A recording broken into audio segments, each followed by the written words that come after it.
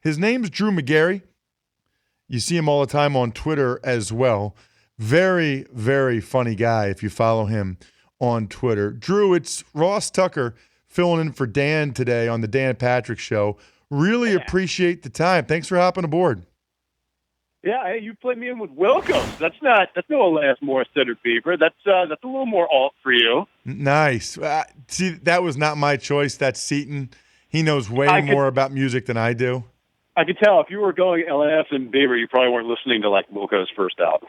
No, absolutely not. So, Drew, I guess before we even get to your idea, sure. Do you really think that football needs saving? No, I think it's hard to take. I like football the way it is. I'm a football fan. I'm an NFL fan. I like it.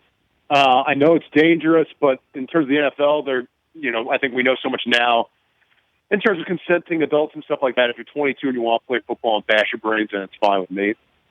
I think it's more of a problem at the youth football level now because obviously it's an inherently brutal game, and I think certain parents will pull their kids out. Like I don't think I really want. Like I played football as a kid, but I don't think I would want my sons to play it. At least not until they were. I always feel their bodies were like their bones were like hard. I feel they were like their bodies were fully formed, and I think all of that is working against the NFL because that drains the talent pool, and retirees are dropping like flies, and more and more brains are getting diagnosed with CTE post mortem, and those are all real dangers to the sport in terms of liability and in terms of popularity. And I think that the changes that they're making right now are essentially window dressing so that they can keep the fundamental appeal of football and its inherent brutality sort of intact. But I don't know if they're going to be able to keep it up for forever. So what is your idea for the people that didn't get a chance to read your column yet?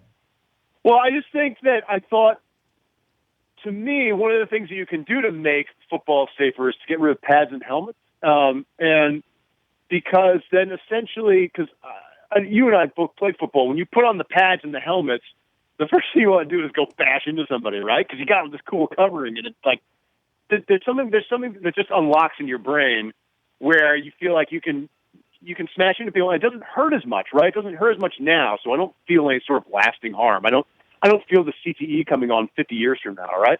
So if I have the pads on, it's just more tempting, and it's hard to resist. Even when they're teaching heads-up football and all that stuff to like 8-year-olds and stuff like that, kids are wearing pads. They don't care. They just want to go run into a tree, So I think if you take the pads and helmets off, and I'm not saying this will solve everything.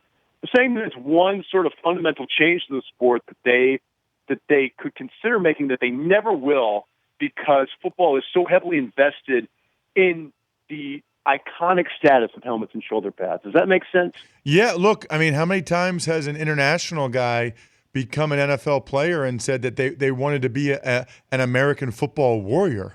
That's how they use it. Now let me ask you this, Drew. Do you really think that they should do this, or is this just a thought-provoking column?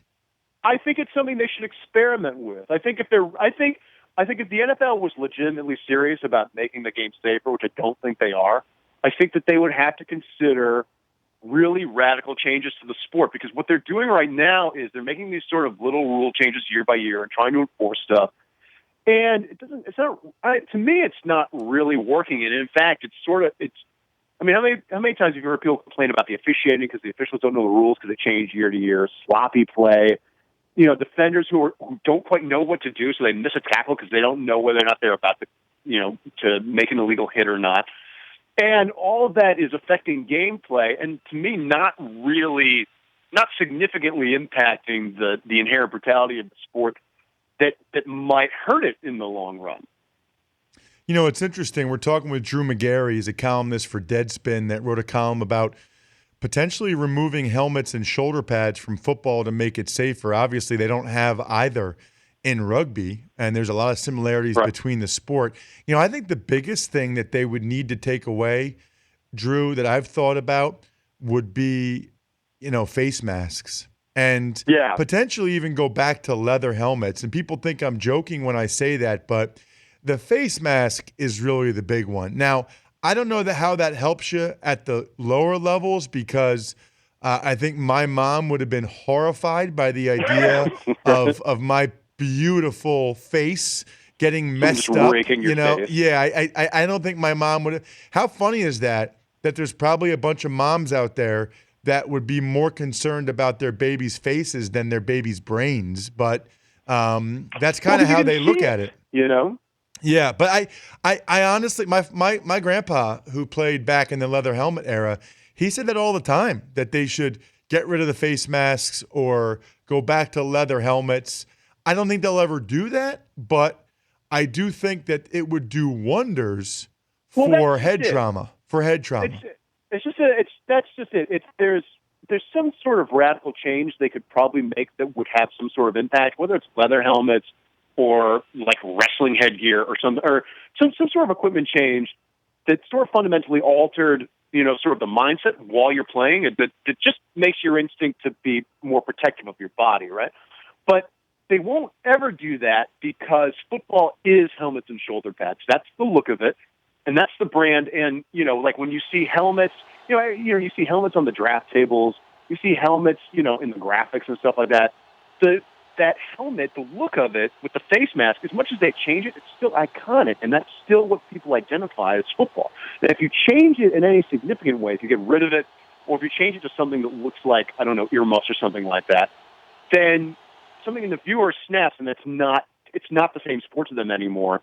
And the NFL can't risk those people walking away. Yeah, I don't And know, Drew. I don't know that there's many guys that played in the leather helmet era that actually have CTE. It seems like it's more the guys that played when when they were hard helmets and guys were hitting heads. I mean, because that's the thing that's interesting to me about it is they played the sport for a long time without having to have these plastic helmets.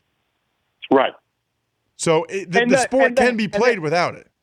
And the helmet weaponizes you, I mean, why do you have shoulder pads? Well, it's to protect you from the other guy's helmet because the other guy has this impenetrable helmet that he's launching at you. So you need pads to protect you from the pads, and then you need more pads to protect you from the other guy. And you know what, Drew? I say it all the time. I am mad at myself now, but I didn't know. I had short arms, and so I have a huge head, literally, hopefully not figuratively, and I would use it often. Like I headbutted dudes all the time, and now that I know about the repeated hits to the head and what it just, I didn't know, but boy, I use my head a lot, and I would have had to have played differently. It's a really thought-provoking. The last thing I have to ask you, I never watched the show. Evidently, it's a big deal. You really won Chopped? Yeah, man, I won it, man. Tell me about the show and how you won it. Well, I was on an amateur hour, so it was not. I was not competing against professional cooks, which probably helped me out. And then but all the stuff you see on the show with the cooking times and stuff, that's all real. Like, don't walk you through the kitchen to show you where everything is first. Like, they'll do like a little 20-minute walkthrough, and you can sort of note where everything is, and figure out. And they, if you want to know how the blender works, like they'll show you the buttons and stuff like that. But like in terms of like the actual timing, like the competition's real. It's like a football game, Ross.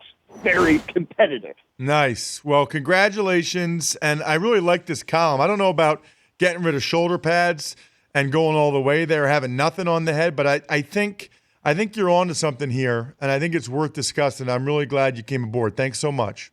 Thanks, man. See ya. All right, there he is, Drew Magary, Deadspin columnist, GQ columnist, author of the upcoming novel, The Hike, and maybe most importantly, former Chopped champion.